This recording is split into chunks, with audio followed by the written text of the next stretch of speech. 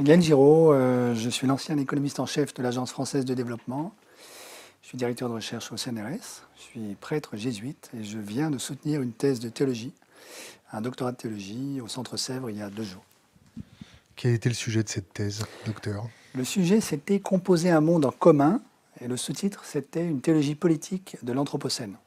Donc la grande question, c'est, on pourrait dire, face à la crise écologique qui est la nôtre aujourd'hui, composer des institutions qui permettent de prendre soin des communs, des ressources que nous voulons partager en commun, ça c'est certainement une partie de la solution. Et la question que je me suis posée comme théologien, c'est est-ce que le christianisme est une ressource spirituelle pour alimenter l'énergie, la créativité, la ressource, dans l'intériorité spirituelle dont on a besoin pour inventer ces communs et les institutions qui vont avec.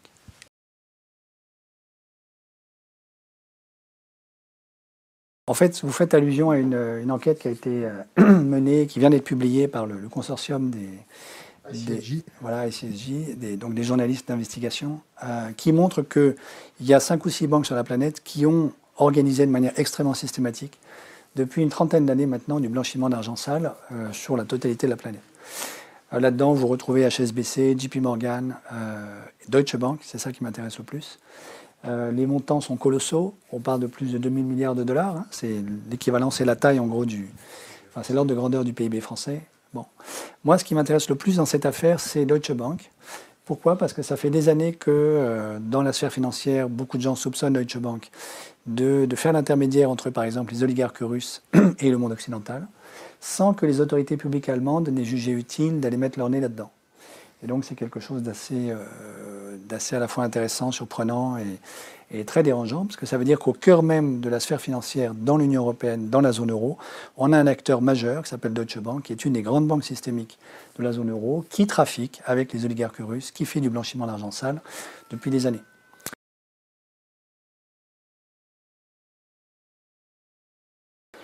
L'une des conséquences de ceci, par exemple, et ça je pense que c'est une révolution intellectuelle dans la géopolitique mondiale, c'est le rôle de Deutsche Bank dans le sauvetage financier de Donald Trump au début des années 90.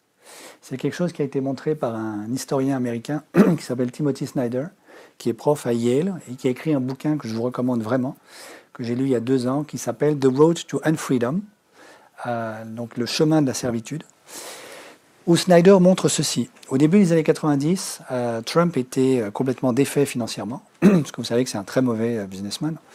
Il avait des dettes qui s'élevaient à plusieurs millions, ce qui pour un individu commence à faire beaucoup. Il était incapable de rembourser ses dettes, et il y a quelqu'un qui a payé ses dettes pour lui. Ce quelqu'un, ce sont les oligarques russes, avec la médiation de Deutsche Bank.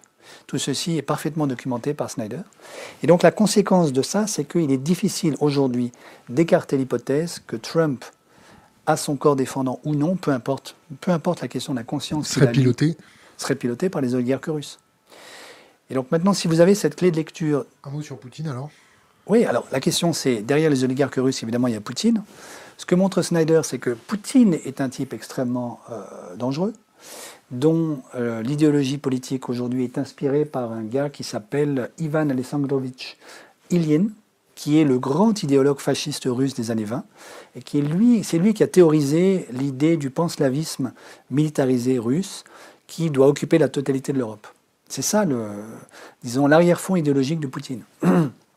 Ilyin est le seul gars que cite Poutine de manière récurrente dans ses discours publics, et c'est un type, franchement, dont l'arrière-fond intellectuel, politique, idéologique est vraiment très, très nauséabond. Ce qui ne fait absolument pas peur à Poutine.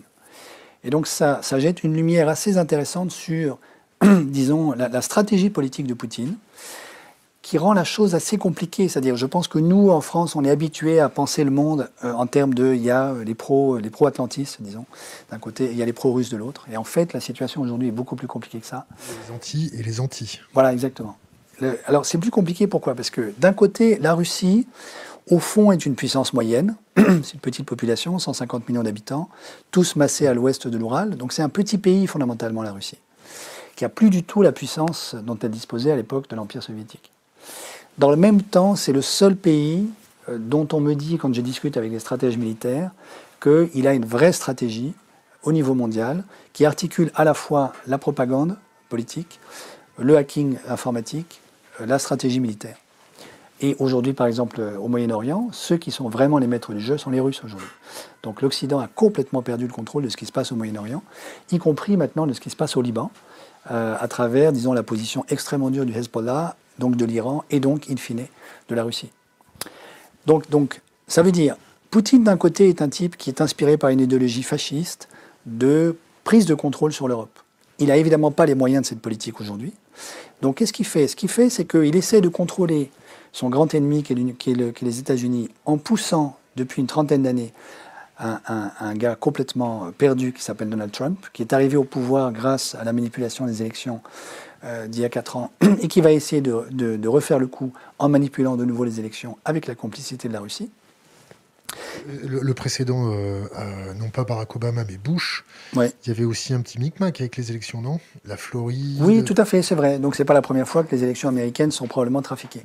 Mais là, disons, il y a quelque chose de beaucoup plus systématique à travers, disons, le hacking russe sur les réseaux sociaux, la manipulation des élections et la manipulation d'un type, Donald Trump, qui est tel que, lorsque vous y réfléchissez 2 minutes, vous pouvez vous demander quelle est la décision qui a été prise par Trump depuis 4 ans qui soit vraiment défavorable aux Russes. Et depuis que j'ai cette lecture, je ne trouve pas. Je ne vois pas de décision prise par les États-Unis, par la Maison-Blanche, qui soit fondamentalement défavorable aux Russes, y compris le retrait... Les sanctions, non? Lesquelles? Vis-à-vis de la Russie? Non, ça c'est de la blague. Le retrait de l'Ukraine, le retrait du Moyen-Orient, tout ça c'est absolument extrêmement bénéfique pour la Russie. Ça ouvre le territoire à la prise de pouvoir russe. Ça ne veut pas dire qu'il faille diaboliser Poutine et qu'il faille, par exemple, à mon avis, pour la France aujourd'hui et pour sa souveraineté, refuser de dialoguer avec Poutine. C'est certainement un interlocuteur indispensable. La question, c'est qu'il faut évidemment dialoguer avec Poutine de manière pragmatique, en étant parfaitement conscient de sa propre stratégie à lui, qui est d'un côté prendre le pouvoir sur le Moyen-Orient et de l'autre déstabiliser l'Union européenne, de manière à semer le chaos chez nous. Donc c'est la raison pour laquelle Poutine finance Salvini en Italie, finance Marine Le Pen en France, a soutenu à bout de bras la stratégie du Brexit de Boris Johnson, etc. Donc c'est ça aujourd'hui. Alors, on ne peut plus, à mon avis, penser la géopolitique mondiale depuis la France en termes complètement simplistes de Atlantis d'un côté, pro-russe de l'autre. Il faut penser à la fois des États-Unis qui sont en partie manipulés par la Russie, une Russie dont l'intérêt majeur aujourd'hui est de déstabiliser l'Union européenne, parce qu'elle n'a pas les moyens de faire plus, mais parce que ça, elle peut y contribuer, via, par exemple, la manipulation des réseaux sociaux et le soutien à un certain nombre de partis politiques qui veulent fondamentalement en finir avec l'Union européenne. Voilà. C'est ça qu'il faut réfléchir aujourd'hui. Et ça veut dire qu'on a repensé complètement la géopolitique française, parce que je ne suis pas sûr du tout qu'au Quai d'Orsay, on ait complètement intégré cette nouvelle donne. Trump a compris une chose, c'est que l'autonomie des États-Unis passe par recouvrer sa souveraineté, passer par un protectionnisme commercial vis-à-vis de la Chine. Donc Trump ne croit plus du tout, et il a raison sur ce plan-là, disons, aux légendes qui tournent autour du libre commerce et du libre-échange, même s'il n'a jamais étudié ces questions, évidemment. Fondamentalement, il n'y comprend pas grand-chose, mais il a compris intuitivement que le protectionnisme est une voie de salut pour les États-Unis aujourd'hui. Pour le reste, il détruit son administration publique aujourd'hui. Donc on ne le voit pas bien au niveau des informations qu'on a qui sont juste à la surface, mais les informations dont je dispose moi montrent qu'il a nommé des clowns qui lui ressemblent, d'autres petits Trump, à toute une série de postes clés de l'administration fédérale américaine, qui sont en train de détruire l'État fédéral américain. Et ça va prendre des années aux États-Unis pour reconstruire ça. Et ça, c'est tout bénéfice, à la fois pour la Chine et pour la Russie, qui, sur ce plan-là, ont tous les deux un intérêt objectif à déstabiliser et affaiblir les États-Unis.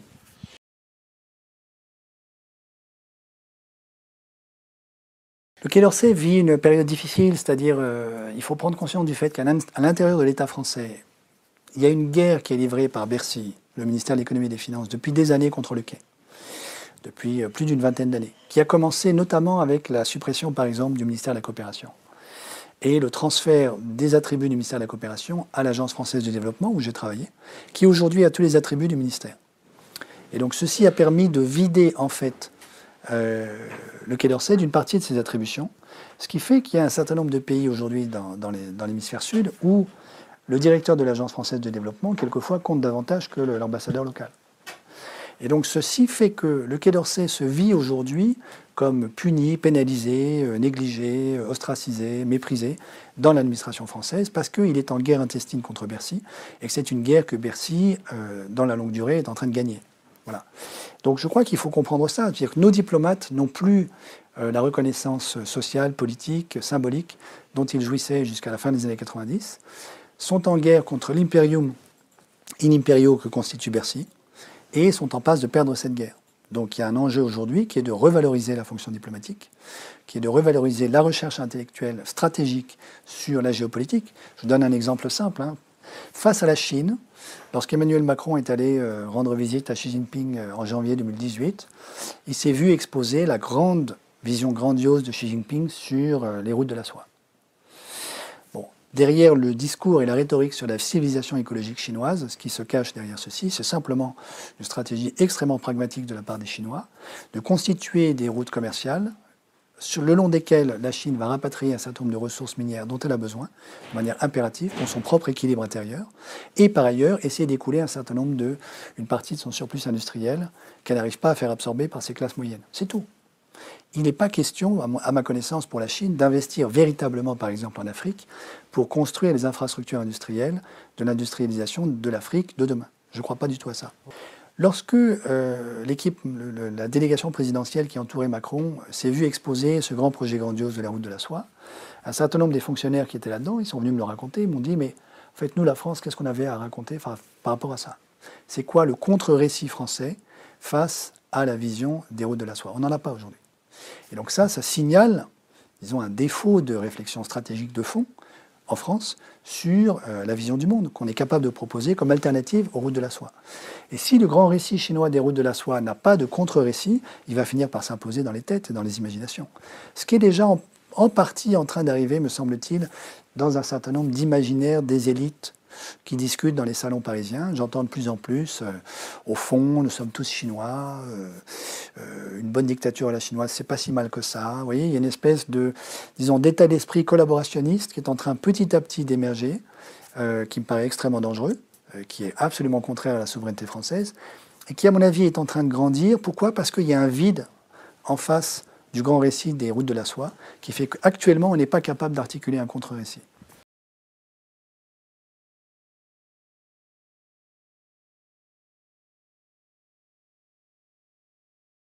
Donc vous savez qu'aujourd'hui, la société française est structurée en 3 tiers. Vous avez un tiers qui fait les études supérieures généralistes. Vous avez un tiers qui passe un bac pro ou technique, ou un bac généraliste, mais qui ne fait pas d'études généralistes supérieures. Et puis vous avez un dernier tiers qui n'a pas le bac en France. Aujourd'hui, le tiers éduqué supérieur est suffisamment nombreux pour pouvoir vivre dans une espèce d'endogamie sociale complète. Sécession. Oui, dans une sécession. Donc c'est la fuite de Varennes. Et donc ce tiers-là ne parle plus aux 2 autres tiers de la population française, ne sait plus ce que vivent les 2 autres tiers, et est très étonné lorsque les 2 autres tiers votent non, par exemple, à la Constitution européenne en 2005, ou bien organisent des ronds-points avec des gilets jaunes pour protester contre le sort qui leur est réservé par le gouvernement actuel. Regardons ce qui s'est passé avec les gilets jaunes. Les gilets jaunes ont rendu possible quelque chose comme la Convention citoyenne sur le changement climatique. Sans les gilets jaunes, ça n'aurait pas eu lieu. C'est pas Macron qui tout d'un coup s'est dit on va faire cette convention. La convention citoyenne a été rendue possible grâce à la pression des gilets jaunes. La convention citoyenne, de mon point de vue, c'est un véritable miracle démocratique qui montre que vous tirez au hasard 150 citoyens, vous leur permettez, vous leur donnez les moyens de se former convenablement pendant 9 mois, ils vous pondent in fine un programme de transition écologique pour la France qui est plus intelligent que ce que la haute fonction publique française a conçu depuis 20 ans. De ce point de vue-là, je trouve que la Convention citoyenne montre une chose, c'est que les médias ne font pas leur boulot dans notre pays. Parce que s'ils faisaient véritablement leur travail, la qualité du débat qui a eu lieu au sein de la Convention citoyenne, on pourrait l'avoir dans l'espace public en France aujourd'hui. Et ce n'est pas ce qu'on a malheureusement.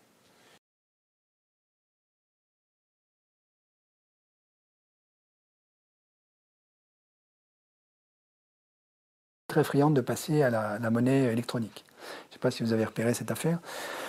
C'est que, et je reviendrai sur la déflation parce que c'est un sujet important. Pourquoi est-ce que, donc aujourd'hui on vous dit, les billets de banque et la monnaie scripturaire, c'est vieux jeu, c'est médiéval, il faut passer uniquement, il faut régler toutes nos transactions monétaires par la banque, par le crédit bancaire et uniquement les opérations d'écriture numérique.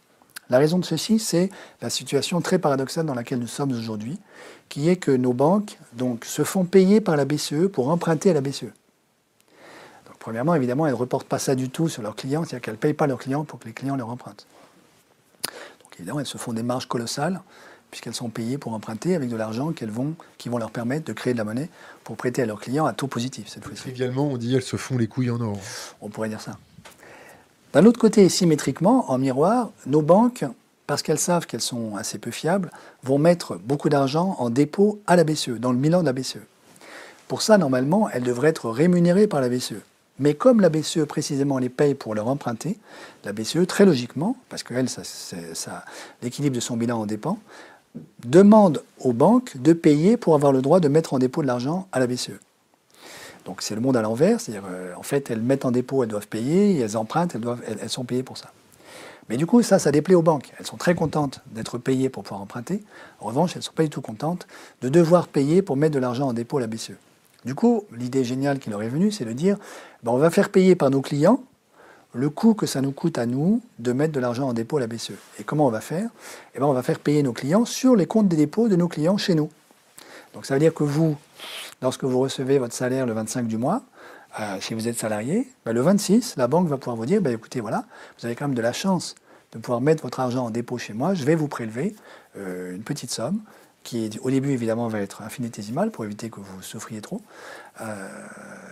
simplement parce que vous avez la grâce de pouvoir mettre votre argent en dépôt chez moi. Alors évidemment, si vous faites que des sommes infinitésimales, ce n'est pas très intéressant. Mais si vous commencez à augmenter le taux de prélèvement, un certain nombre d'entre nous vont réagir comment? En votant par leurs pieds et en retirant l'argent de leur compte bancaire et en mettant cet argent sous leur matelas. Sauf que si vous n'avez plus de monnaie scripturaire, si vous ne pouvez plus retirer les billets du guichet de banque, vous ne pouvez plus faire ça. Vous êtes pieds et poings liés devant la banque parce que vous ne pouvez pas cacher dans votre matelas des lignes de code informatique. C'est juste impossible. Et donc la monnaie électronique est un moyen ensuite de pouvoir prélever de l'argent sur les comptes en banque des déposants français sans qu'ils aient les moyens de retirer leur argent de leur compte bancaire. Alors évidemment, vous allez me dire, oui, mais si une banque fait ça, moi je vais retirer mon argent électroniquement et je vais aller le mettre sur le compte, je vais aller ouvrir un compte dans une autre banque. Sauf qu'évidemment, elles vont toutes le faire en même temps, parce qu'elles vont se coordonner. Même la Poste. Comment? Même la Poste. Oui, alors évidemment, il reste la Poste, mais la Poste va se coordonner avec les autres grandes banques qui vont lui mettre la pression pour qu'elle en fasse autant, de sorte qu'on n'aura pas d'échappatoire. Vous voyez? Donc c'est ça qui est visé. Et donc derrière la rhétorique de l'hypermodernité, des grands vents, de l'avenir, etc., et de la monnaie scripturaire qui est une monnaie médiévale, en réalité ce qui est derrière, c'est la capacité que les banques veulent se donner elles-mêmes de tondre la laine sur le dos des Français sans qu'ils aient les moyens de se protéger contre les banques. C'est ça qui est derrière.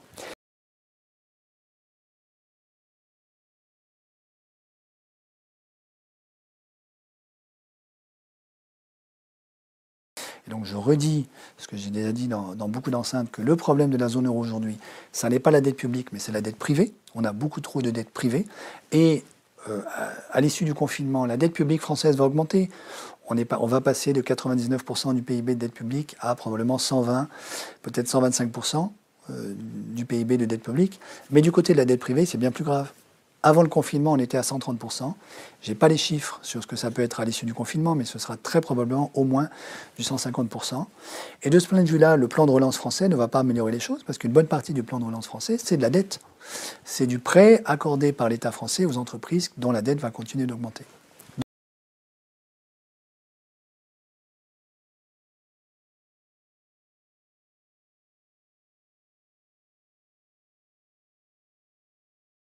Qu'est-ce que ça veut dire? À mon avis, la vraie solution dans cette affaire, et en faisant ça, on fait d'une pierre 15 coups, c'est un plan de reconstruction écologique de l'économie française, financé, pas par de la dette, mais financé par la création monétaire.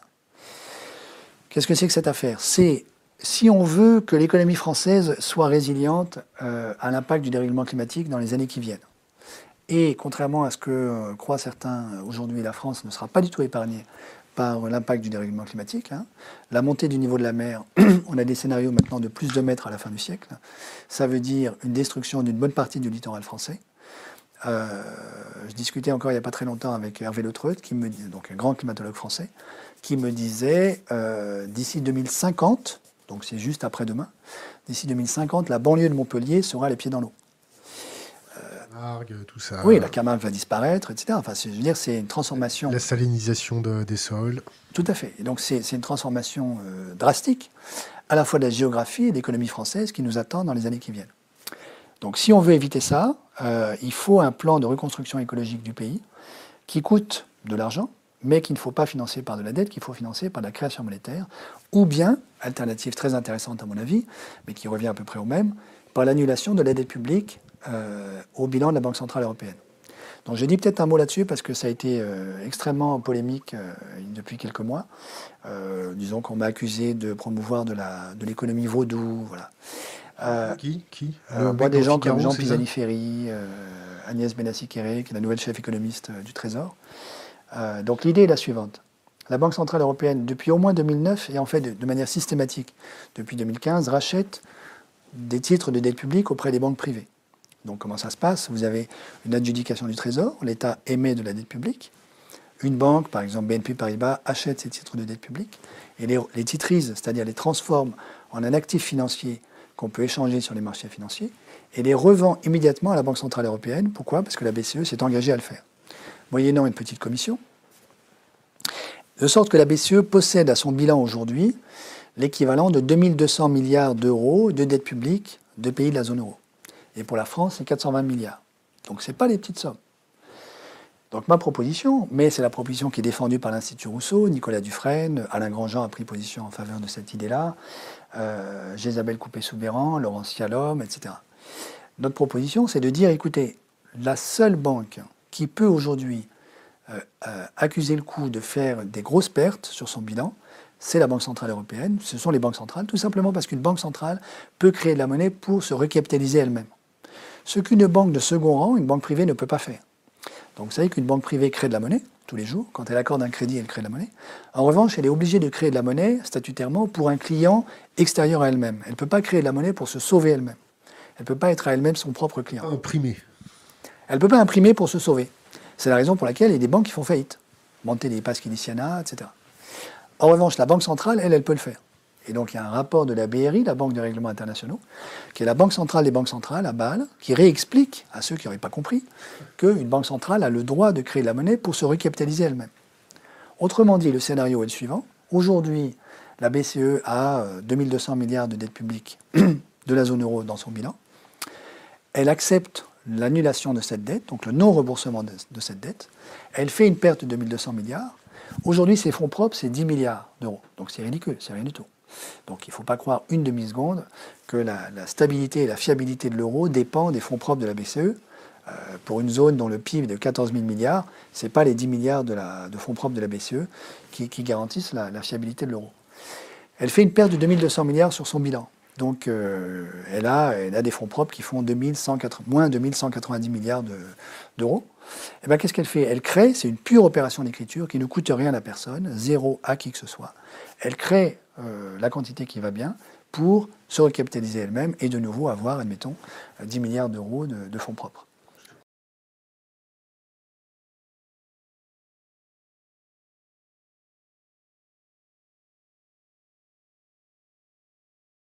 C'est-à-dire qu'il y a des gens qui bossent, moi le premier, vous aussi, tout le monde, qui bossent dur pour pouvoir rembourser leurs emprunts. Pour les banques, les choses ne sont pas du tout du même ordre parce qu'une banque peut créer de la monnaie ex nihilo et ça ne lui coûte rien.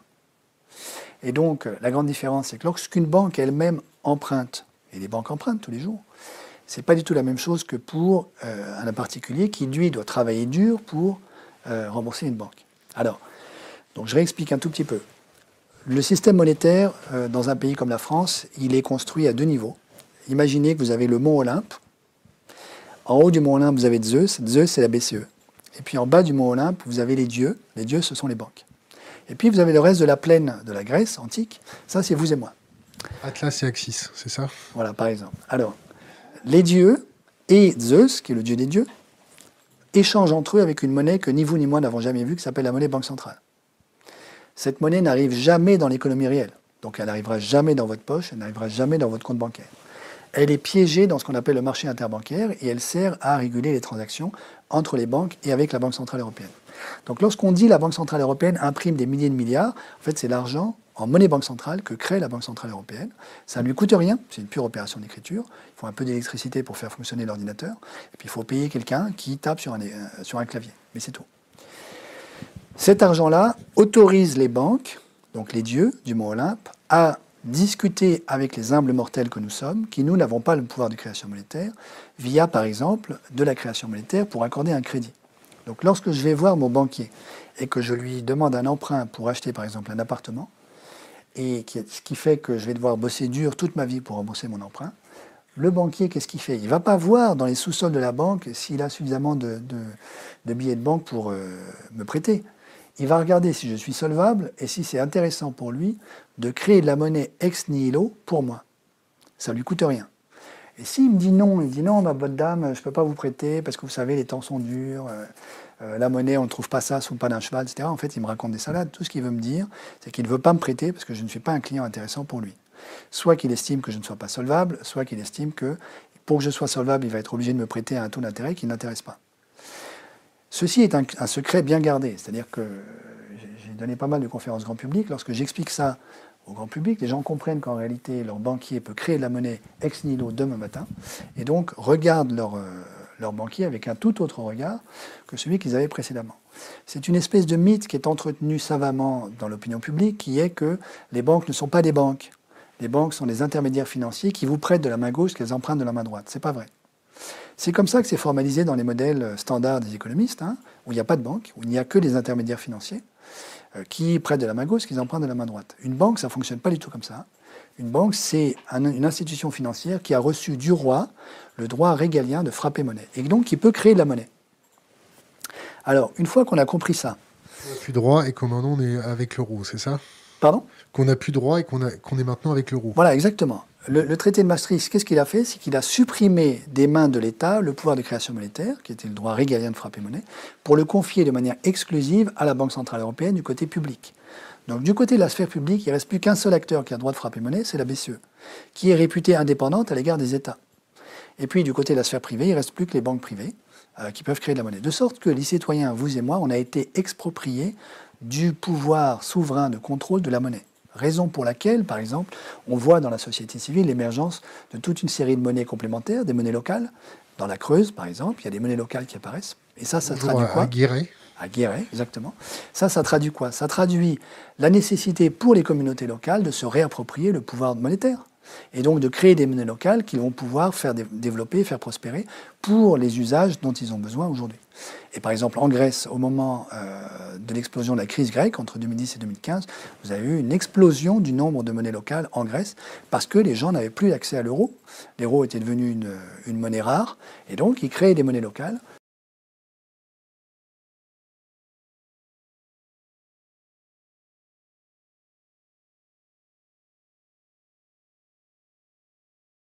Lorsque l'État émet un titre de dette publique, donc il emprunte, pour financer les écoles à Guéret, la poste à la souterraine et le service public. À Besançon. À Besançon, vieille ville espagnole. Qu'est-ce qu'il fait l'État? Donc il émet un titre. Ce titre aujourd'hui est racheté par les banques. Ça c'est normal, puisque l'État n'a plus le droit, au moins depuis 1973-75, de manière systématique depuis le traité de Maastricht, d'emprunter directement auprès de la Banque centrale, de sa Banque centrale. Jusque dans les années 70, on a reconstruit quand même la France en une génération, grâce au circuit de Bloch-Lenné, qui consistait en ceci, que le Trésor empruntait directement à la Banque de France à taux nul, et en fait ne remboursait jamais sa dette, parce que la dette était roulée. C'est-à-dire qu'à chaque fois que le Trésor devait rembourser la Banque de France, il réempruntait à la Banque de France la somme qu'il lui devait. Et donc il roulait à perpétuité la dette publique. Ce qui a permis de reconstruire la France en une génération. Ce système qui a très bien fonctionné donnait les coups des franches à l'État pour avoir une vision stratégique, lancer des grands projets, le projet nucléaire français, le TGV, Ariane, etc. Ces grands projets gaulliens, en fait, ont été financés grâce à ce système-là. Aujourd'hui, l'État français ne peut plus mettre en œuvre ce type de projet parce qu'il a été corseté par une idéologie post-libérale qui veut réduire complètement le pouvoir de manœuvre de l'État en faveur du secteur privé et imposer la discipline de l'austérité budgétaire à l'État via le fait que l'État aujourd'hui est obligé d'emprunter sur les marchés financiers et donc de se plier aux desiderata des marchés financiers pour avoir le droit d'emprunter à taux non nul. Aujourd'hui, sur la dette française, il y a 60% de la dette française qui provient uniquement de l'accumulation des taux d'intérêt. Donc si on avait maintenu le système de Bloch-Lenné, on aurait uniquement 40% de la dette française aujourd'hui. Donc c'est considérable. Alors, donc le système qui a été mis en place depuis 2015, c'est que l'État émet un titre de dette publique qui est acheté par une banque. Au moment où la banque achète ce titre de dette publique, elle prête à l'État français en créant de la monnaie. Ça ne coûte rien à la banque de faire ça. C'est une pure opération d'écriture. Donc il n'y a aucun ouvrier français qui a bossé dur pendant 40 ans pour que l'État puisse se financer. C'est ça qu'il importe de comprendre. Et c'est là que la personne qui pose la question doit entendre ça. C'est-à-dire que le financement de la dette publique française ne se fait pas en faisant trimer un ouvrier. Ça se fait via le pouvoir de création monétaire des banques privées. Lorsque la banque, ayant créé de la monnaie pour acheter le titre de dette publique français, revend ce titre de dette publique à la BCE, à son tour, crée de la monnaie, mais cette fois-ci, elle crée de la monnaie banque centrale qui est dans la partie supérieure du mont Olympe. D'accord ? Cette monnaie banque centrale ne va jamais atterrir dans l'économie réelle, ne va jamais alimenter l'inflation, et permet simplement de régler la transaction entre la BCE et la banque, admettons BNP Paribas. Au moment où la BCE rachète ce titre de dette publique, qu'est-ce qu'elle fait? En fait, elle paye la dette. Donc la dette de l'État français, en vérité, elle a déjà été payée par la BCE au moment même où la BCE a racheté le titre de dette publique français auprès de BNP Paribas. Donc cette dette, elle a été payée par la BCE. Comment? Grâce au pouvoir de création monétaire de la BCE. Donc d'une certaine manière, aujourd'hui, le créancier sur l'État français, c'est la BCE, puisque la BCE a racheté cette dette en la payant. Il est bien évident que si BNP Paribas pouvait espérer gagner davantage par le remboursement de la dette publique par l'État français, qu'en vendant ce titre à la BCE, elle ne vendrait pas à la BCE. Donc en fait, le prix auquel la BCE rachète à BNP Paribas couvre largement ce que BNP Paribas pouvait espérer gagner du remboursement de la dette par l'État français. Si aujourd'hui, les pays de la zone euro se mettaient d'accord pour un grand plan de reconstruction écologique de la zone euro, avec les marges de manœuvre budgétaires qui auront été dégagées grâce à l'annulation de la dette publique, les 2200 milliards, et avec ça, on finance un grand plan de reconstruction écologique de la totalité de la zone euro, je peux vous dire que les gens vont se bousculer pour avoir de l'euro. Parce qu'ils vont comprendre que l'euro, ça vaut quelque chose. Si au contraire, parce qu'on est complètement obsédé par l'austérité budgétaire et l'orthodoxie monétaire, on s'enfonce dans la déflation, et que l'Europe devient un second Japon, mais l'euro vaudra de moins en moins, ça c'est clair. Et donc la véritable responsable de la dévalorisation de l'euro sur les marchés d'échange, ce ne serait pas une annulation coordonnée et concertée de la dette publique au bilan de la BCE, c'est l'inaction liée à l'orthodoxie budgétaire. Vous voyez ?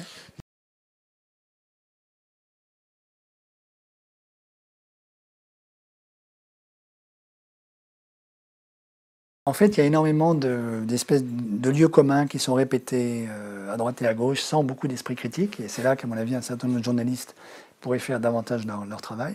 Je donne quelques exemples. Le premier, c'est ce fameux chiffre qui circule un peu partout, selon lequel la part des dépenses publiques dans le PIB en France serait supérieure à 52%. Chiffre qui est répété en boucle par le gouverneur de la Banque de France, par le président de la République et par un certain nombre de médias. Ce chiffre est faux. Alors, ce chiffre est correct, mais ne dit pas ce qu'il prétend dire. C'est-à-dire que si je vous dis les dépenses publiques, c'est 52% du PIB, vous croyez, vous dites, ah bon, ben alors donc les dépenses privées, c'est 48%, c'est le complémentaire.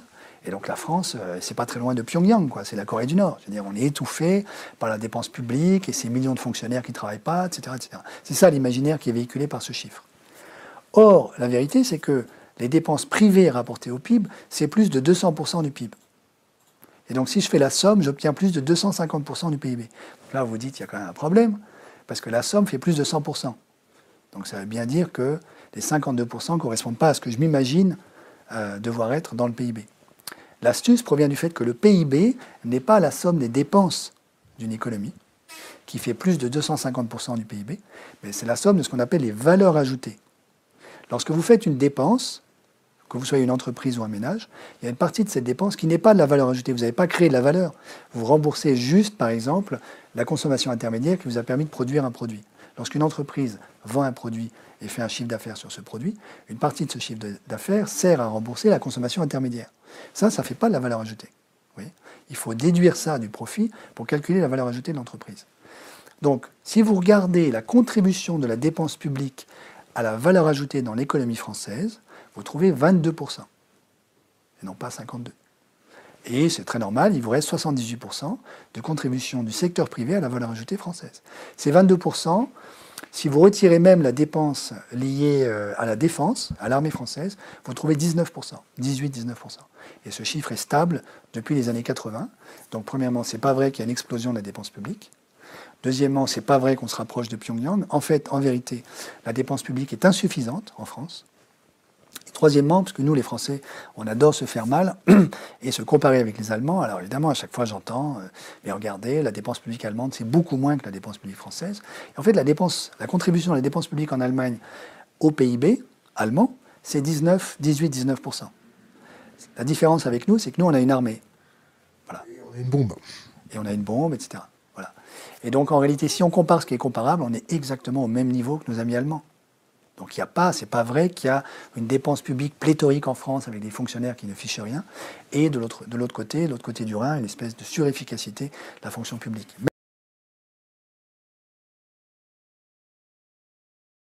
Et si on avait eu le Covid de cette année en 2008, on était tout aussi efficace que Singapour, Taïwan, la Corée du Sud, qui n'ont pas eu besoin de se confiner, parce qu'ils ont mis en place des tests, une pratique de dépistage extrêmement systématique, le port du masque généralisé pour tout le monde, le confinement pour ceux qui étaient positifs aux tests, etc., etc.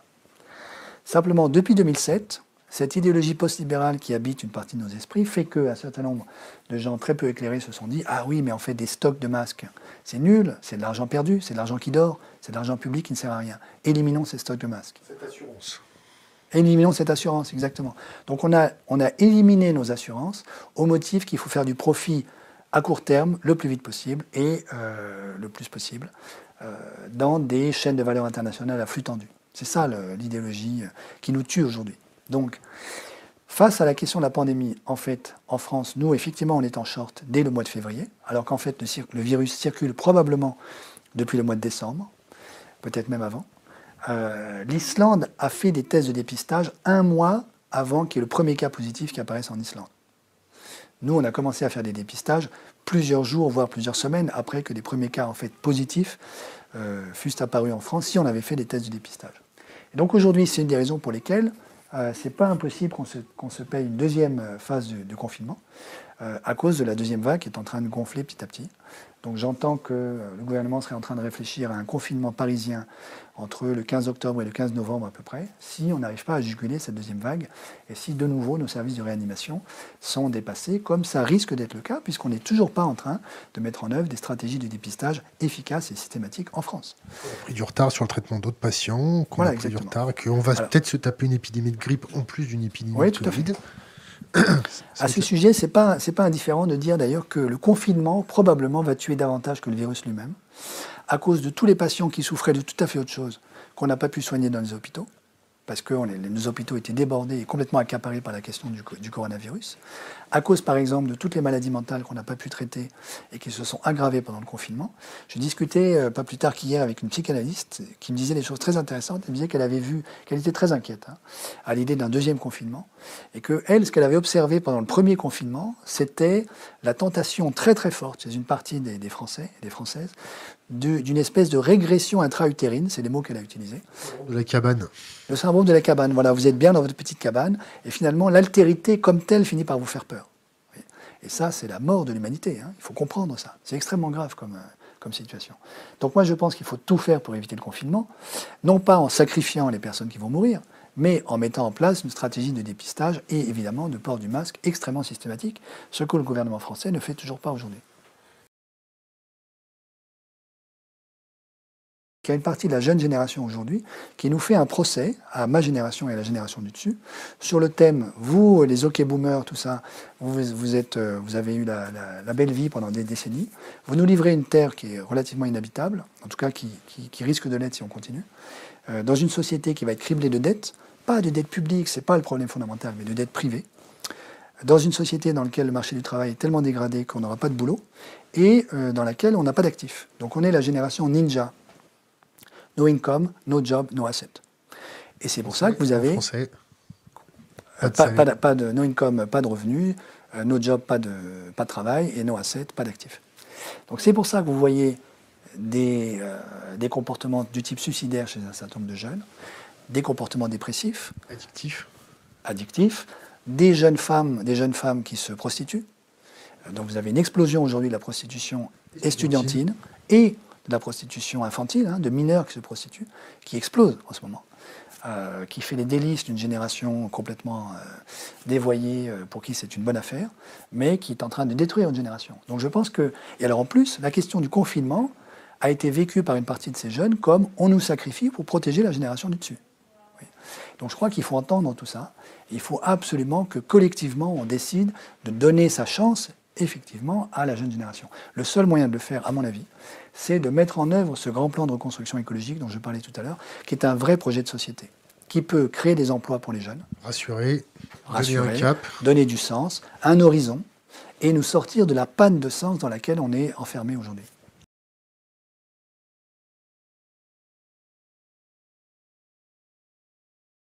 Il y a une petite frange, effectivement, de l'Église catholique, des catholiques, qui sont encore dans la dénégation vis-à-vis de Laudato Si. C'est une des raisons d'ailleurs pour lesquelles on a fait cette délégation française qui est allée voir le pape le 3 septembre, qui a été emmenée par Monseigneur Éric de Moulin-Beaufort, qui est le président de la conférence épiscopale de France. Bon. L'un des objectifs, c'était aussi qu'une partie des catholiques français voient que la conférence épiscopale de France s'engage du côté de l'écologie, au même titre que des personnalités publiques comme Juliette Binoche, Audrey Pulvar, Valérie Cabanès. Bon. Premièrement. Deuxièmement, Valérie Cabanès, c'est l'une des avocates qui milite en faveur de la reconnaissance de l'écocide. Et pour en avoir discuté avec elle et avec le pape François, je rappelle à tout le monde que le pape François a pris position publiquement en faveur de la reconnaissance de l'écocide. Donc, ce n'est pas une position magistérielle qui engagerait, par exemple, l'infaillibilité pontificale, mais c'est une position publique très ferme de la part du pape, sur laquelle je n'imagine pas une seconde qu'il puisse revenir. Donc, ça veut dire, de mon point de vue, que dans les rangs catholiques, la question de l'écocide est réglée. Ce doit être un crime qui doit être reconnu par la communauté internationale. Notre Église catholique a pris position très clairement en faveur de la reconnaissance de l'écocide.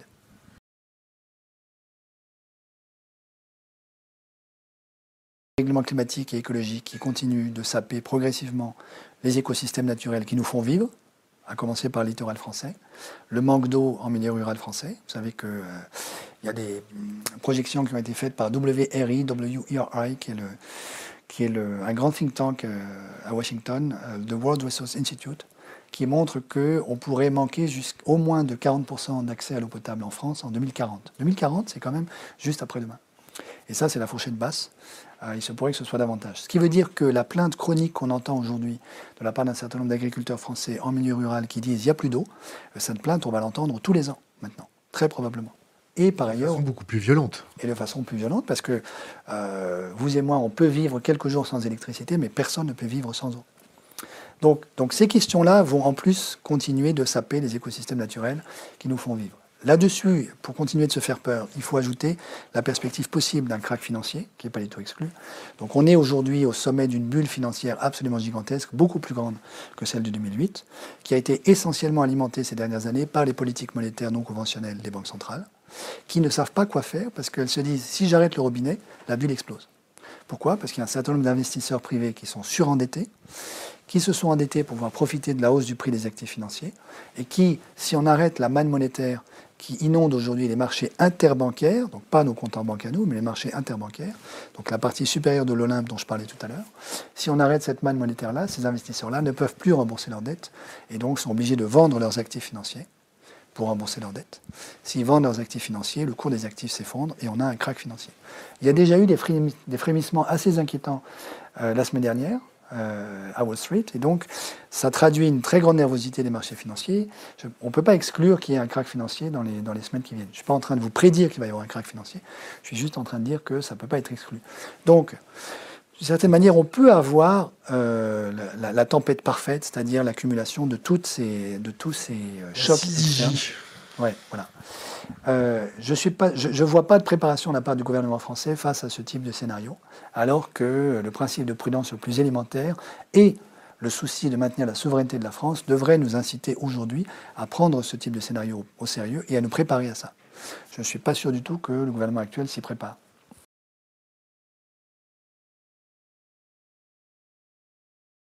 Si on se ressaisit, parce que je voudrais arrêter un petit peu aussi de simplement brosser un tableau apocalyptique de la situation, on est capable de se ressaisir.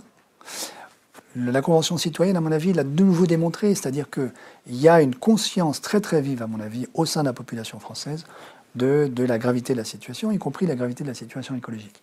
Les derniers à comprendre, c'est la petite élite, le 1% dans le tiers éduqué supérieur, qui vit en centre-ville, qui n'a aucune idée de ce que vivent les autres Français, et qui ne comprend pas qu'on manque d'eau, par exemple, en milieu rural français, par exemple, au milieu de la Creuse. Bon. Même à 1 heure de Paris. Hein. Oui, même à 1 heure de Paris. Tout à fait, oui, absolument. Donc, si on se ressaisit, si on met, par exemple, on annule la dette publique détenue par la BCE, au bilan de la BCE. On met en place aussi, par exemple, c'est un autre procédé dont je n'ai pas parlé, mais qui est défendu, à mon avis, à juste titre par Alain Grandjean et Nicolas Dufresne dans leur bouquin sur la monnaie écologique. On met en place de la monnaie hélicoptère, c'est-à-dire qu'on utilise le pouvoir de création monétaire de la BCE pour financer, non pas par de la dette, mais de la monnaie libre, de la monnaie que personne ne remboursera, de la monnaie active et non pas de la monnaie dette, un grand plan d'investissement vert en France, rénovation thermique des bâtiments, mobilité verte, réaménagement du territoire, le train, l'industrie verte, donc une industrie low-tech. Donc je peux détailler tout ça, mais tout ça, ce sont des chantiers qui vont nous occuper pendant des décennies, qui sont extraordinairement créateurs d'emplois, qui diminuent notre dépendance au pétrole, et puis également au gaz, et donc à Vladimir Poutine, ce qui boucle avec ce qu'on se disait il y a 1 heure. Et à nos amis qui coupent des journalistes dans les ambassades, là, comment ils s'appellent déjà? Voilà. L'Arabie Saoudite, c'est ça? Voilà, par exemple. Et qui améliore la balance commerciale française. Donc si on met ça en place, on est capable de se ressaisir. Et on est capable également d'avoir une vertu d'exemplarité vis-à-vis du reste de la planète, parce que je peux vous dire, c'est aussi mon expérience à l'Agence française de développement, qu'il y a beaucoup de gens qui regardent ce que fait la France. En particulier en Amérique latine, mais pas uniquement en Amérique latine, en Afrique, évidemment en Afrique francophone, mais pas uniquement. Pourquoi? Parce qu'ils savent qu'on est un pays très éduqué, on est un pays riche, et on est un pays qui est capable de prendre des décisions fortes quand il le faut. La nuit du 4 août 1789, les gens savent ce que ça veut dire. Et donc on est capable de se ressaisir, moi j'en suis certain. On est capable en France de mettre en place un vrai nouveau projet de société, de décarbonation de notre économie et de transition. Je ne suis pas sûr que l'abolissement des privilèges, la nuit du 4 août, ça résonne chez beaucoup de personnes quand même encore. Hein. Si, non, c'est pas vrai du tout. En Amérique latine, vous savez que les intellos... Amérique latine, mais pas en France. Hein. En France aussi, il y a quand même un certain nombre de gens. Les Gilets jaunes, peut-être que tel ou tel ne sait pas ce que c'est que la nuit du 4 août, mais il a très bien compris que l'abolition des privilèges, c'est un geste constitutif de l'identité française. Vous n'avez pas ça en Angleterre. Et le régicide. Et le régicide, on coupe la tête au roi, tout à fait, absolument. Vous n'avez pas ça en Angleterre. C'est la belle époque. Si vous allez ça, à Londres... même, non Comment? C'était la belle époque. Quoi donc? Le régicide. Non, j'ai pas dit ça. Simplement, au moment où on a coupé la tête du roi, et ça c'est un élément par exemple que j'ai défendu dans ma thèse de théologie, au moment où on coupe la tête du roi en France, en 18e siècle, fin 18e siècle, qu'est-ce qu'on est en train de faire? On est en train de dire il n'est pas légitime qu'un individu, parmi d'autres, s'arroge le droit ou la prétention de représenter la source du pouvoir absolu sur le trône monarchique. La monnaie. Ou par exemple de la monnaie, ça c'est un autre sujet, je peux y revenir dans un instant. Mais quand on coupe la tête du roi, la question des révolutionnaires, c'est vrai que c'est aussi de se redonner le pouvoir de création monétaire, mais surtout de le remettre entre la main des citoyens. Oui, en ce sens-là, je suis d'accord avec vous. Mais donc ça, c'est très important, parce que ça veut dire quoi? Ça veut dire que la laïcité, donc le refus de la fusion entre, l'autorité spirituelle de l'Église d'un côté et le pouvoir politique de l'autre, c'est aussi un geste constitutif de l'identité française. De ce point de vue-là, la loi 1905 en France est fondamentale. La laïcité, le refus de l'idolâtrie d'un pouvoir monarchique, qui est ce qu'on est en train de réinstaller en France aujourd'hui. Donc symboliquement, l'Élysée aujourd'hui rejoue la scène de la monarchie. Le refus de l'idolâtrie monarchique et la nécessité d'une vraie délibération démocratique avec l'abolition des privilèges, ça c'est constitutif de la modernité et de la France, à mon avis. Et donc c'est ça qu'il faut restaurer aujourd'hui en France, parce que c'est ça qu'on est en train de perdre.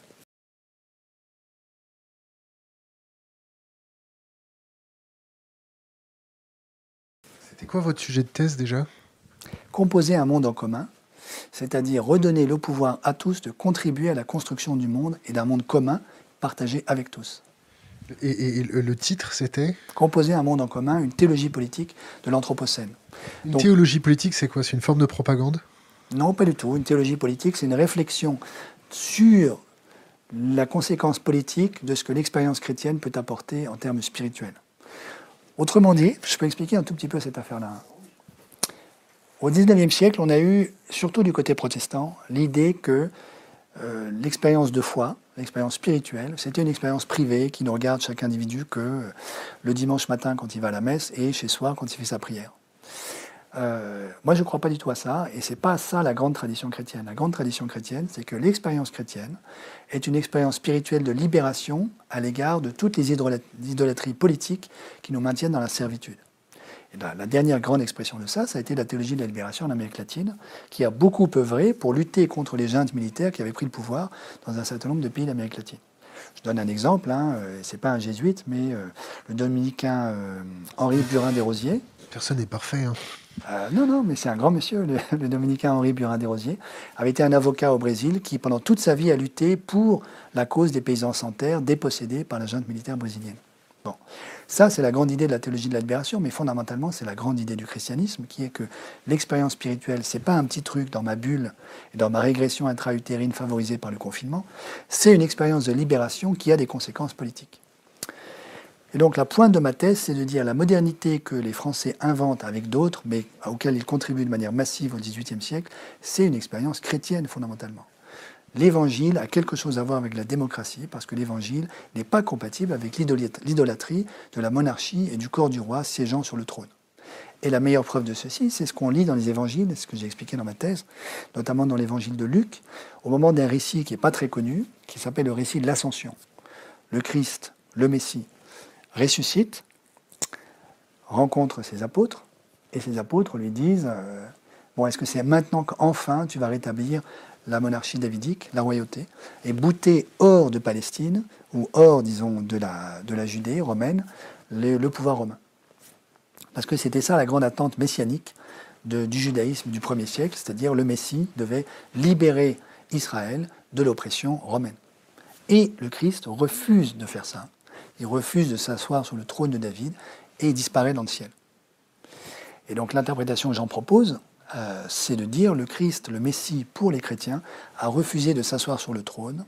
Donc il a laissé le lieu du pouvoir vide, de manière que nous puissions apprendre à construire démocratiquement les figures du lien social qui vont occuper le lieu du pouvoir. Et d'une certaine manière, ça veut dire que pour les chrétiens, idolâtrer le roi, c'est pas être fidèle à l'évangile. C'est incompatible fondamentalement avec l'Évangile, même s'il se trouve que c'est ce que notre Église a soutenu pendant des siècles, mais c'était une erreur. Et donc ceci pour dire que être chrétien aujourd'hui, ça veut dire fondamentalement être démocrate, être favorable à la modernité, être favorable à la séparation des pouvoirs, notamment à la séparation de l'Église et de l'État, et évidemment, et c'est un autre aspect que je développe dans ma thèse, c'est être écologiste aujourd'hui, fondamentalement.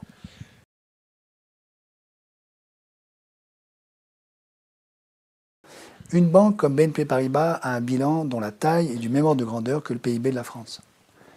Donc si demain matin BNP Paribas faisait faillite, l'État français serait incapable d'honorer la loi européenne qui fait obligation à l'État de garantir tous les comptes de dépôt jusqu'à hauteur de 100 000 euros. Je pense qu'il faut prendre conscience du fait que déjà au moment du naufrage du secteur bancaire chypriote, c'était pas clair que l'État chypriote ait été capable de garantir tous les comptes de dépôt des Chypriotes jusqu'à hauteur de 100 000 euros. Raison pour laquelle un commissaire européen assez mal inspiré a commencé à dire publiquement « Bon, mais écoutez, dans le cas de Chypre, on n'est peut-être pas obligé d'appliquer la loi de la garantie des comptes de dépôt. » Et puis il a été rattrapé par les bretelles par les banquiers qui l'ont appelé en disant « Mais écoutez, là, vous dites n'importe quoi, parce que si vous commencez à laisser entendre aux citoyens européens qu'on ne va pas garantir leurs comptes de dépôt, ils vont retirer leur argent des banques, et là, toutes nos banques seront en faillite. » Donc le lendemain, le même commissaire européen a fait une contre-conférence de presse en disant « Non, écoutez, je me suis trompé, ma langue a fourché. Évidemment, on va appliquer la loi et garantir les comptes de dépôt des Chypriotes. » Mais donc ça veut dire que dans le cas extrêmement facile et ridicule en termes de taille du secteur bancaire chypriote, déjà ça posait un problème. Donc je vous laisse imaginer ce qu'il en est pour la France. Donc en vérité, je termine juste là-dessus, nos banques ont un pouvoir de chantage colossal sur les États à la mesure de leur taille et leur gigantisme. Comment ? C'est un cartel. Oui, bien sûr que c'est un cartel. C'est un secteur, le secteur bancaire est un secteur qui n'est absolument pas concurrentiel, au sens où c'est un oligopole dans lequel la concurrence est très très imparfaite et où les banques se font des cadeaux entre elles et empêchent d'ailleurs un certain nombre d'autres banques de venir leur faire concurrence. Je donne un exemple. Triodos, qui est une banque néerlandaise, qui est remarquable à tous égards. C'est une banque qui ne finance que des projets écologiques, dont les fonds propres représentent 20% du bilan de la banque, contre 3% pour toutes les autres grandes banques françaises, et dont les écarts de salaire à l'intérieur de la banque vont de 1 à 5, contre 1 à 1000 pour la Société Générale et BNP Paribas. On dit bonjour à Frédéric. on dit bonjour à Frédéric Oudéa. Triodos, depuis des années, demande à l'État français d'avoir le droit d'ouvrir des comptes en banque pour les citoyens français. Et l'État français, comme par hasard, le lui refuse. Pourquoi? Parce que ce serait une concurrence formidable à l'égard de nos grandes banques systémiques. Elles savent très bien que le jour où Gaël Giraud continue de faire de la publicité pour Triodos, comme il le fait partout, le jour où les Français ont la possibilité d'ouvrir un compte en banque chez Triodos, ils vont tous vider leur compte en banque chez BNP, la Société Générale, pour l'ouvrir chez Triodos. On n'a pas le droit de faire ça, faire de la publicité. Bien sûr, de faire de la publicité. Je ne suis pas payé par Triodos. Je n'ai pas le droit de dénigrer BNP Paribas. D'ailleurs, je n'ai pas dit de mal de BNP Paribas. En revanche, j'ai le droit de dire que Triodos est une banque formidable.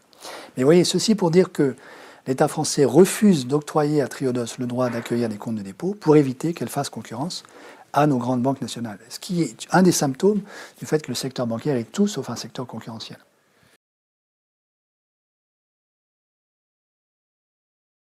Je ne suis pas un spécialiste de la Turquie. J'interprète la position d'Erdogan comme étant du populisme qui instrumentalise la religion et l'islam en particulier à des fins politiques. Donc si j'étais musulman aujourd'hui, je ne me réjouirais pas de ce que fait Erdogan avec l'islam.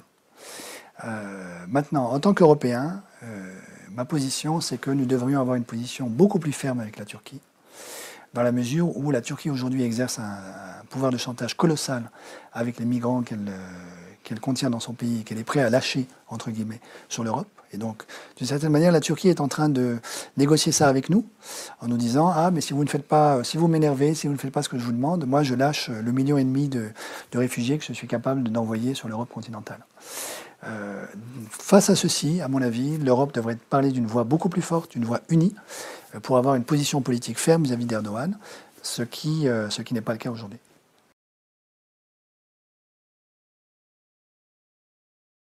Il y a un certain imaginaire qui entoure le concept d'effondrement, dont aujourd'hui un ami comme Pablo Servigne se défend, mais qui malheureusement est quand même véhiculé par toute une nébuleuse de collapsologues qui croient qu'il y a un événement unique. Du lundi soir au mardi matin, il va y avoir, je ne sais pas, un grand blackout et plus rien ne sera pareil après par rapport à ce qu'on avait avant.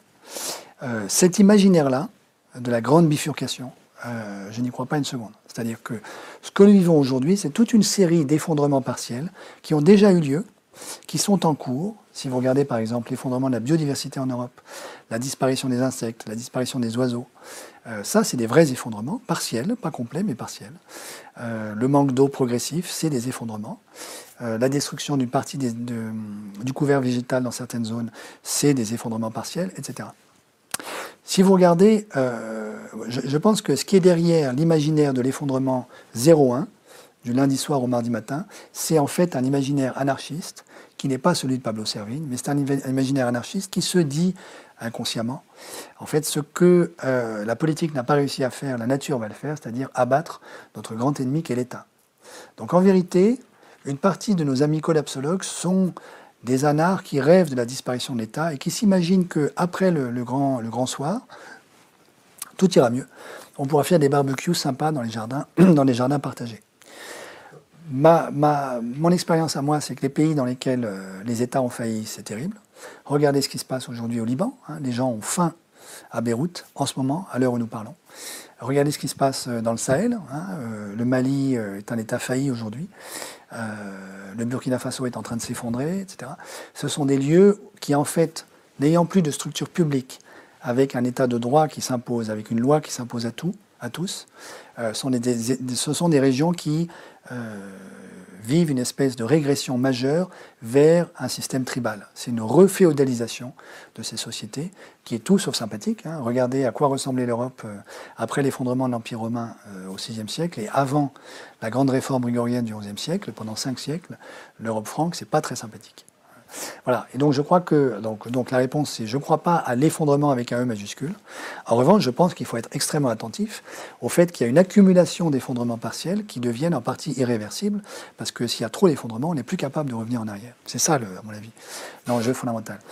Une image que j'utilise volontiers quand je discute avec des amis collapsologues, c'est nous sommes en train de nous bagarrer sur la paroi interne d'un volcan. Ce volcan va entrer en éruption progressivement. Chaque mètre gagné pour sortir de la paroi est une véritable victoire.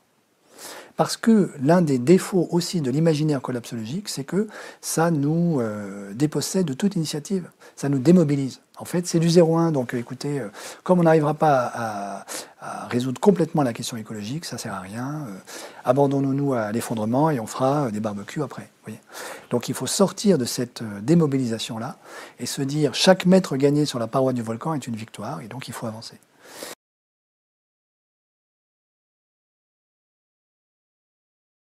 Après, sur l'énorme question de la relance, est-ce que c'est une relance verte, est-ce que c'est la croissance verte? Je pense que... Bullshit verte. Ouais, alors ma réponse est, globalement, c'est du bullshit verte. Le président Macron va nous enfermer dans ce débat pour essayer de diviser les écologistes en France sur le thème. Moi, Macron, je suis un humaniste et donc je fais de la croissance verte. Et vous, vous êtes des anti-humanistes parce que vous voulez faire de la décroissance. T'es un amiche. Voilà. Donc c'est ça le point. Et donc en plus, c'est méprisant vis-à-vis des populations amiches. Je crois qu'il faut sortir de ce faux débat pour la raison suivante. C'est que la croissance verte, c'est une utopie qui postule qu'il est possible d'augmenter le PIB sans augmenter la consommation d'énergie fossile. Sachant qu'aujourd'hui, la croissance du PIB reste, à ce jour, le meilleur indicateur de l'augmentation des émissions de CO2. Donc en fait, aujourd'hui, on n'a jamais vu de croissance verte. Au niveau mondial, on ne voit aucun découplage, où c'est absolument négligeable, entre la consommation d'énergie ou la dissipation d'énergie d'un côté, l'augmentation du PIB de l'autre. Les hydrocarbures fossiles continuent de constituer 80% du bouquet énergétique mondial, et les énergies renouvelables continuent d'être une part relativement faible de la dissipation énergétique mondiale. Il y a bien, pardon, je termine juste là-dessus parce que c'est un point important, il y a bien eu un découplage partiel entre l'augmentation du PIB d'un côté et la dissipation, ou disons la combustion de pétrole dans les années 80, à la suite des deux chocs pétroliers des années 70. C'est-à-dire que les systèmes industriels occidentaux se sont dit on ne peut pas continuer comme ça, nous dépendons trop du pétrole, donc diminuons notre dépendance vis-à-vis du pétrole.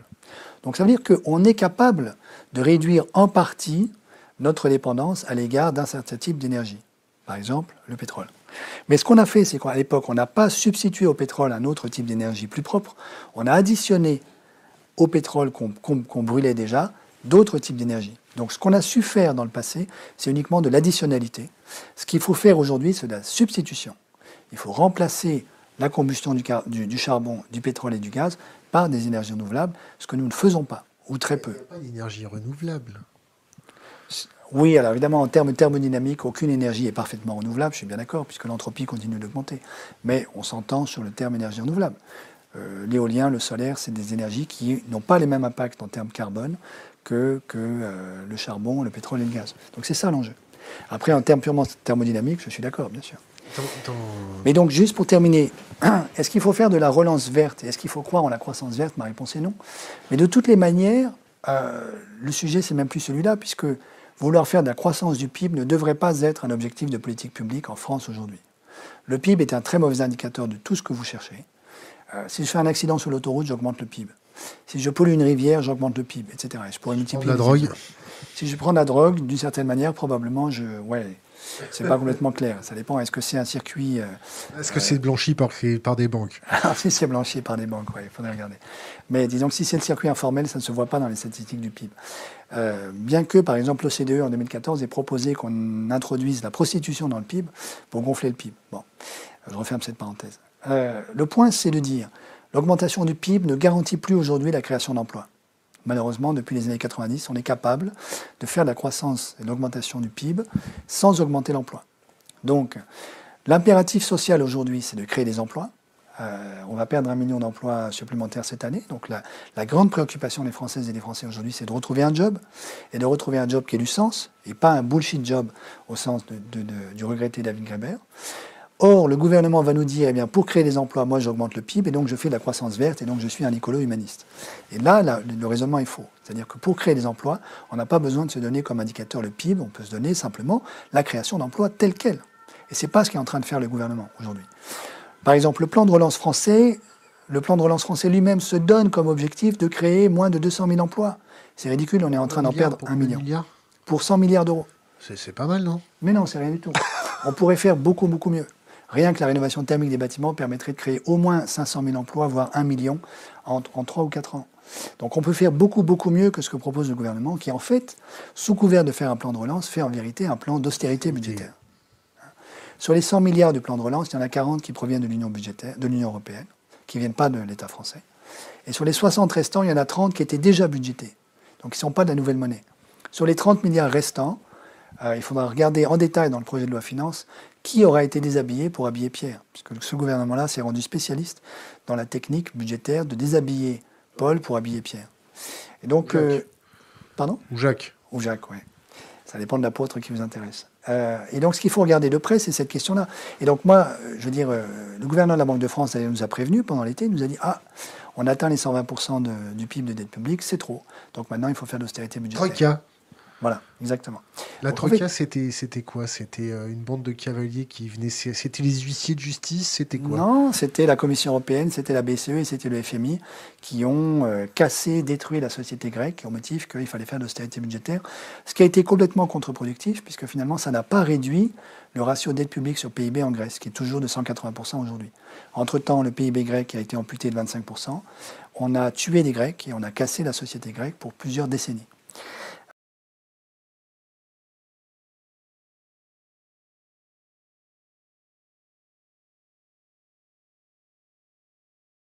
On a tué les Grecs et on a cassé la société grecque pour plusieurs décennies. Le gouvernement français, sous couvert de faire de la relance, est en train de faire la même chose en France, de manière moins violente que ce qu'on a fait aux Grecs, mais il n'empêche que c'est l'austérité budgétaire qu'est en train de faire le gouvernement. Et ça, l'austérité budgétaire, c'est la pire des solutions quand on entre dans la déflation. C'est ce qu'avait fait le chancelier Heinrich Brüning en 1930. Et 3 ans après, on a eu Hitler au pouvoir. Donc en fait, la politique budgétaire mise en place par le gouvernement actuel est en train de faire le lit du Rassemblement national en France. Si on veut que le Rassemblement national gagne en 2022 ou en 2027, il faut continuer à faire la politique que met en place Macron aujourd'hui. Donc il y a une illusion à dissiper auprès des Françaises et des Français aujourd'hui qui est de croire que la République en marche est le rempart contre le fascisme en France. C'est pas vrai, elle en est le meilleur allié, puisque la politique qu'elle est en train de mettre en œuvre aujourd'hui, sa politique économique, aujourd'hui déroule le tapis rouge à l'arrivée au pouvoir du Rassemblement national, lorsque les classes moyennes françaises seront complètement désespérées par le marasme économique et la déflation et finiront par élire un clown ou une clown, comme les Allemands en 1933 ont élu Adolf Hitler. C'est dur de dire ça, c'est dur. Non, mais c'est très important. Il faut comprendre que l'alternative en 2022 ne doit plus être entre la République en marche et le Rassemblement national, puisqu'au fond, en réalité, ce sont deux alliés objectifs. Je ne suis pas le seul à le dire, quelqu'un comme mon ami Emmanuel Todd le dit très bien. La République en marche aujourd'hui, avec la répression policière et la répression des Gilets jaunes, met en place des techniques de répression qui sont celles du Rassemblement national. Il suffit de regarder le nombre de mains amputées, de visages défigurés, de Français éborgnés, etc. Les techniques du Rassemblement national, ça, c'est quoi ça? Ça, c'est une politique violente de répression contre les Français. On a tiré avec des balles en plastique contre les pompiers en France. Il faut être conscient de ça. J'ai jamais vu ça, moi. Et donc, voilà, ça, c'est ce que j'imaginerais faire le Rassemblement national si un jour il arrivait au pouvoir. Il y a d'autres traditionnalistes au Rassemblement national, non? Il y a un certain nombre de catholiques qui errent parce qu'ils sont très attachés à la souveraineté de la France et ils font une confusion entre la souveraineté et le souverainisme. Ce qu'il faut comprendre aujourd'hui, c'est qu'on a besoin de reconstruire un programme politique de souveraineté française qui ne soit pas du souverainisme au sens de Marine Le Pen ou de Marion Maréchal Le Pen. Et ça, c'est la tâche politique des politiques aujourd'hui dans les 2 années qui nous restent.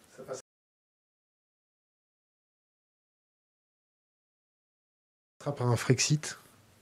Ça ne passera pas par un Frexit. Moi, je ne suis pas favorable à un Frexit. Pour la raison simple suivante, c'est que déjà dans les années 90, on n'arrivait pas à maintenir le taux de change du franc français sur les marchés internationaux. Aujourd'hui, les marchés d'échange internationaux sont beaucoup plus profonds que la taille qu'ils avaient dans les années 90. Et la France est une économie qui, relativement à la taille du monde, est beaucoup plus petite aujourd'hui que dans les années 90. Donc la solution n'est pas la sortie de la zone euro.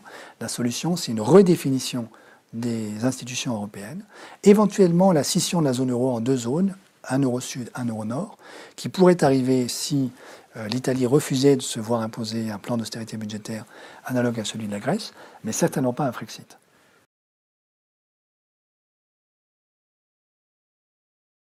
Un mot sur la guerre de religion?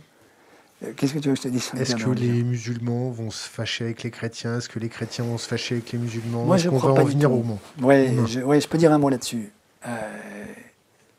Je pense que l'écrasante majorité des musulmans sont des hommes et des femmes religieux pacifistes. L'islam n'est pas intrinsèquement une religion belliqueuse. Mais en islam, il y a un certain nombre de fous furieux qui utilisent, qui instrumentalisent l'islam à des fins belliqueuses. Comme ça a été le cas au sein du christianisme. C'est aussi le christianisme qui a inventé les croisades et qui est allé piller et détruire Constantinople pour rapatrier une partie de ces richesses-là à Venise, par exemple.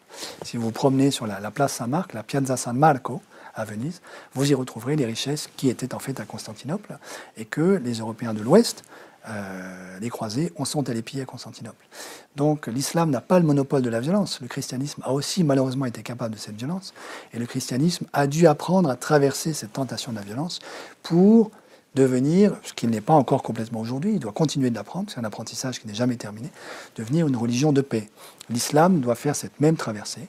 Alors l'islam a un certain nombre d'enjeux et de défis colossaux de l'intérieur de cette religion, qui sont un rapport au Coran beaucoup moins archaïque que celui qui prévaut aujourd'hui. Mais l'Église catholique est aussi passée par cette épreuve-là, c'est-à-dire accepter que le Coran soit un texte qui a été écrit au cours de différentes décennies, de plusieurs décennies, pas par la dictée, sous la dictée de l'ange, mais par un certain nombre de communautés musulmanes qui l'ont rédigé à plusieurs mains, que donc il y a différentes strates dans le Coran, et qu'il est légitime pour les intellectuels musulmans d'étudier le Coran comme un objet culturel, un objet historique, de la même manière qu'on étudie par exemple des grands classiques de la littérature au VIe siècle. Bon. Donc là, il y a un enjeu fondamental à sortir, on pourrait dire, d'un certain fondamentalisme scripturaire dans le rapport au Coran, qui aidera, à mon avis, très très profondément les communautés musulmanes à entrer de plein pied dans la modernité, dans la démocratie. L'Église catholique a traversé cette épreuve-là au cours du XIXe et du XXe siècle. Ça a été la grande crise moderniste en 1905 en France. J'espère que c'est irréversible. Il y a évidemment, malheureusement, des courants à l'intérieur du christianisme qui voudraient revenir à une lecture fondamentaliste des Écritures, de la Bible. Traditionnaliste. Je dirais fondamentaliste. Il y a des communautés chrétiennes aux États-Unis, par exemple, qui continuent d'enseigner à leurs enfants que le monde a été créé en 7 jours de manière littérale. Donc il y a une lecture littéraliste de la Bible. Ça, c'est catastrophique et c'est absolument pas compatible avec l'expérience chrétienne. L'expérience chrétienne n'est pas du tout de cet ordre-là. Elle est intrinsèquement contraire à une lecture littéraliste de la Bible. En fait, à l'intérieur des Écritures, 59. Du Premier Testament, donc des Écritures juives, et du Nouveau Testament, les Écritures chrétiennes, il y a des tas d'indices littéraires qui constituent des antidotes pour nous prévenir contre la tentation d'une lecture littérale des Écritures. L'islam doit faire cet apprentissage et à cette condition-là pourra devenir lui aussi une religion de paix comme il a vocation à le devenir.